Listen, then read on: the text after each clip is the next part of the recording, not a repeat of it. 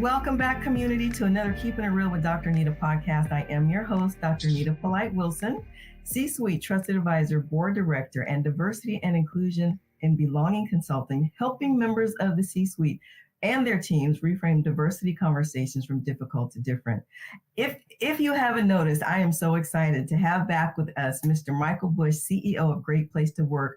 Our first conversation was so dynamic. I'm almost scared to open up the mic and let him have it for the second one, but we're going to go into this next one.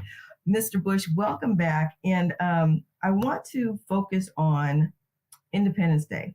So in my monologue earlier this month, we were celebrating Independence Day, specifically independence from assumptions, interpretations, and limiting beliefs that we sometimes place on our peers and coworkers in the workplace. And I shared several data points about what the workplace of the future is anticipated to look like. So let me remind the community, to sum it all up, in 2002, the Bureau of Labor Statistics predicted that among the factors affecting the composition and growth of the labor force over the next 50 years, remember this was in 2002, are the aging of the baby boom generation, the stabilization of women's labor force participation rates, and increasing racial and ethnic diversity in the workforce. In 2050, which is 27 years from now, community, the workforce will have changed.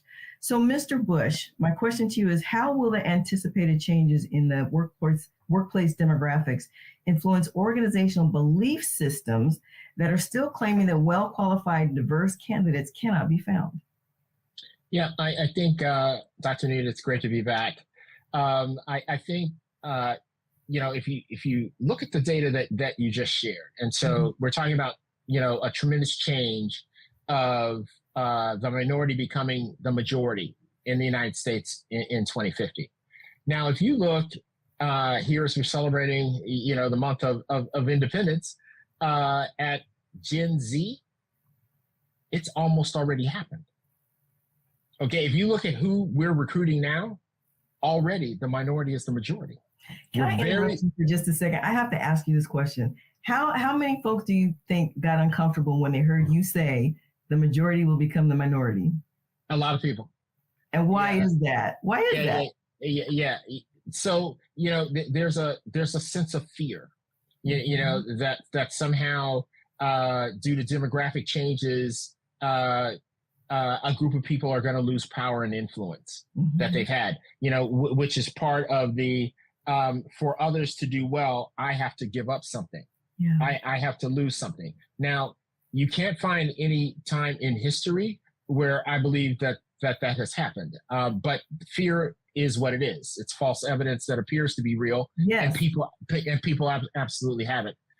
You can see, in South Africa, not that long ago, that the minority had inordinate power,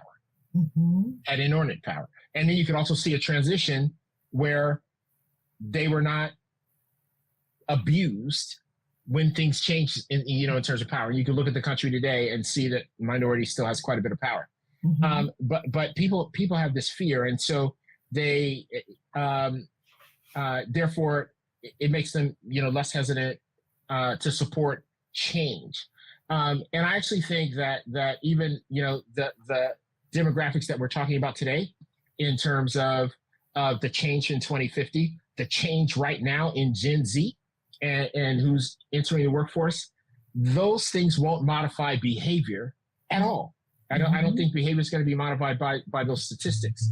I think what is going to modify behavior is that over the next 15 to 20 years, if we take a company, any company, it's going to look different. It's going to look different. It's going to feel different. And I think these differences are better, because I think being different is better. That some people want things to stay the same, and some people want things to be very different. Some people would like to say, this discussion, Dr. Anita, of diversity, you're making things worse. You're talking about the differences. Well, the truth is, if you just focus on the ways that we're different, the road path forward is cloudy because you're just focusing on the differences, which is not reality. If you just, like some people, I just want to focus on the way that we're the same. We're the same. We all have the same blood. Well, if you just focus on the ways that we're the same, it's not reality, because human beings, we're intelligent. We're the only life species that can hold two opposing ideas at the same time. We're the same and we're different at the exact same time. And so I think that organizations are going to become more of that, which will be a good thing by recruiting Gen Zs. And so we're going to be more comfortable. And I think people who are bound on keeping things the same are going to move on to do other great things with their lives. Outside of companies are going to be the same, and different, and find ways to get past that to achieve the purpose of the organization. And once you do that, like, okay, yeah, we're different. We vote for different people. We eat different food. We listen to different music. We have different religious beliefs. I have no religious beliefs, perhaps. All those things are true. But the reason we're here is this business purpose. That's why we're here. And I want to be able to carry all those differences and pursue that purpose.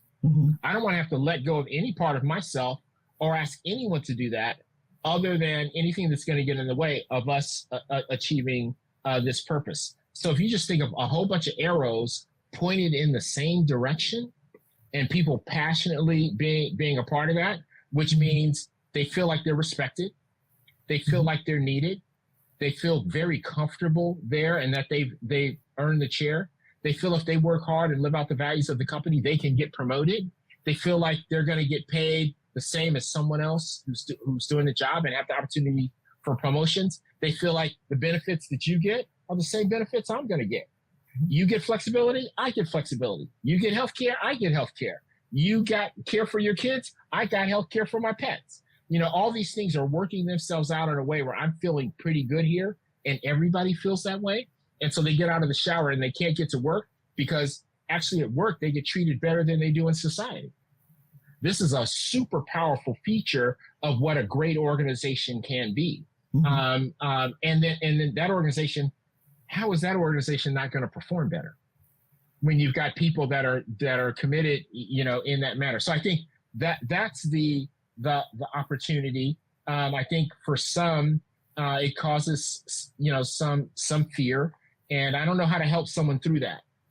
In my experience, data doesn't do it. It's just, kind of a personal thing. But I still believe in it because I'm a business person. And I believe that every business that isn't doing those things, which is kind of every business right now, and I know, is leaving money on the table. And I want to be part of the movement, just like you, that helps businesses make more money than they thought they could make. They might be happy with their 10% gain today. They could be doubling that. And America as a nation, you went back to 2002. If you look to 2002, from 1960 to 2002, the GDP of the United States went from $568 billion to $14.4 trillion. Wow. That's what the era where the United States became the economic superpower. What led to that change? It wasn't affirmative action. It was the introduction of women and people of color into the workforce, because it had to happen, because so many jobs were being created. It had to happen. So, and this is a fact that I'm talking about. 568 to 14.4 trillion. This is the greatest diversity story never told.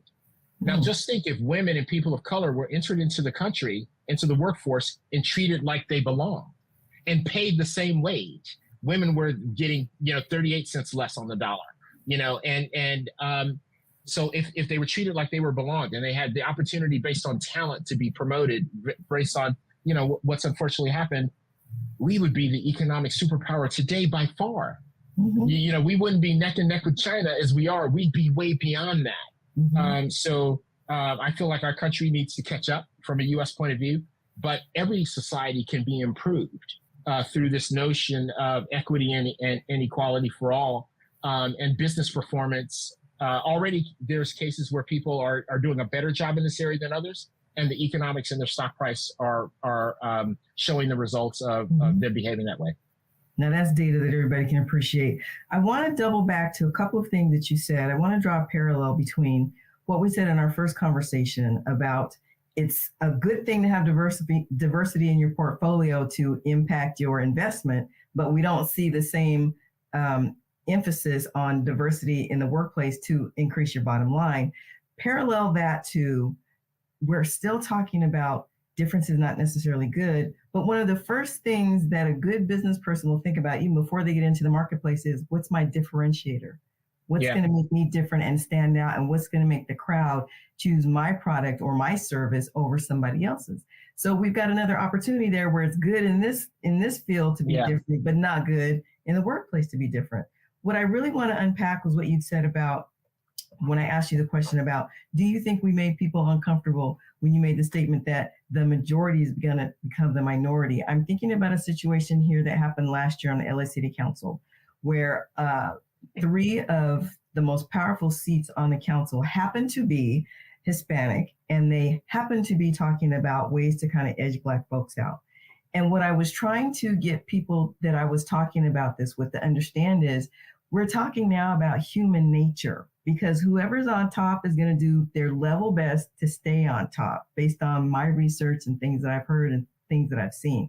So going back to the majority maybe getting nervous because the minority may become the majority, what do we do with that topic?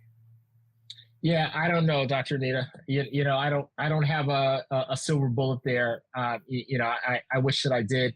Through my life's experience, I believe that you know, just like the way we started the session today, the fact that we've got a workforce that looks quite different. Yes. Than the demographics of the people who are leaving the workforce. Looks very different. That means our companies are going to get different. I think this is a good thing, you know, in terms of progress and letting go of some of the things that come from being a very young democracy, which the United States is. So talking about other countries, you know, and comparing them to the United States, it's pretty hard to do. We've got countries that are a couple of thousand years old, and we've got one, ours, which people like to say, you know, whatever, we're 260, 275 years old. I'd say we're about a, you know, really a 50-year-old democracy is what I would say, because women and people and Black people have got the right to vote. You know, so really we're super, super young. So it's good for some of the old thinking to move out and some of the new thinking from a new democracy to come in. And change of thought is a good thing. I think that within that, you know, we all get that there are some people who are going to feel like they're going to lose. Mm-hmm. In the United States data that I just shared on that move from 1960 to 2010, actually the data goes to 2010, and you look at, okay, what happened to wages by demographic groups? Wages for white men, supervisory level and up, from 1960 to 2010 went up 1,000%. Wait, what was that number? 1,000%. How is that even possible? Oh, it's easy. It's easy. You can go back and take a look at like a shop supervisor in 1960 and a shop supervisor in 2010, white male. Okay, and you can find excess of that if you go to executives. I'm sure. Okay, so white men did great. They made more money when women and people of color entered the workforce. The only group that lost were less than mediocre white men. Okay, can you go back and explain to me how 1,000% increase of a white male salary went up because women and people of color were in the workforce? I missed the connection. Because the country became more productive. The country's performance. Because other folks were let into the workforce. That were not mediocre. So what happened? Okay, so go back to your point about mediocre white male. What were you going to say there? I had to clarify that for myself. That's who got replaced. That's who got replaced. You know, that some women came and they were pretty good, and they started getting promoted, whereas they weren't there. Mediocre people were getting promoted. You know, folks are going to have a problem with what you just said, right? Yeah. Well, people can ping me on LinkedIn or wherever they want to. I'll send them the research. But that's why this is called Real Conversation from the C-Suite people. That's why we're going here. And I have the research from the professors from Stanford Business School who are underneath the research. Okay. So it's easy to get mad at me saying these things. Other people said these things, and they were white men, by the way. Yeah, go back to the source, right? Yeah, we can go back to the source. It's a very powerful story, which is why I'm telling you. It tells you about a lot of things. Now, yeah, we had gains for people of color, gains for women in terms of pay, but at the end of it all, women were still making 62 cents on the dollar compared to white men. Yep. Still, okay, and people of color far less. Yes. So this is what I meant by the nation left money on the table in terms of if they had done some things differently, but it's a great story. So I think who would I be afraid if I was, someone to be afraid of diversity, equity, inclusion, belonging? It's because I'm a mediocre performer. I would be afraid. I would definitely be afraid. And this gets back to your point about, kind of the future and where we're heading, this 2002 to 2050 window. With all that's going on in the world today, every business listening today needs more productivity, more performance, higher rate of innovation, faster adaptability to change, has to do something about climate, and now has to integrate something they really don't understand, AI, into their business. That's the challenge. Yeah. No one's prepared at any company right now to lead through that. No one's workforce is prepared to work through that. These are facts. I think any thinking person understands these things are true. And the thing is, don't fear AI. Whenever somebody tells me don't fear something, I usually fear it. Yeah, because they haven't studied it. Because they have something going on, which means organizations need to have the best people on earth. What I heard you say basically is when you mentioned those 6 things that all companies are going to have to grapple with, what I heard you say was all hands on deck, regardless of who you are, if we're going to stay afloat on the economic seas. That's what I'm hearing. Yeah, you need great people. Yeah. In addition to that, the last thought that I want to leave with the community is this. Back to Mr. Bush's point earlier, it's not about taking anybody's pie, anybody's slice of the pie. It's about making the slice bigger so that everyone can have a slice. That's really what this conversation boils down to. And in our next conversation with Mr. Bush, I don't know where it's going to go. I know where my questions are, but we'll take the conversation where it goes. In the meantime, community, to hear this podcast again or any of my previous podcasts, please go to my website, drnita.com, spell out the word doctor. At the top, find the link that says Keeping It Real Podcast. And I am available on some of your favorite podcast players. So please, I encourage you, get in the flow with me, follow, like, and overshare any podcast that helps you reframe diversity conversations from difficult to different. Share them with your network. Until next time, this is Dr. Anita reminding you to stay blessed and keep it real.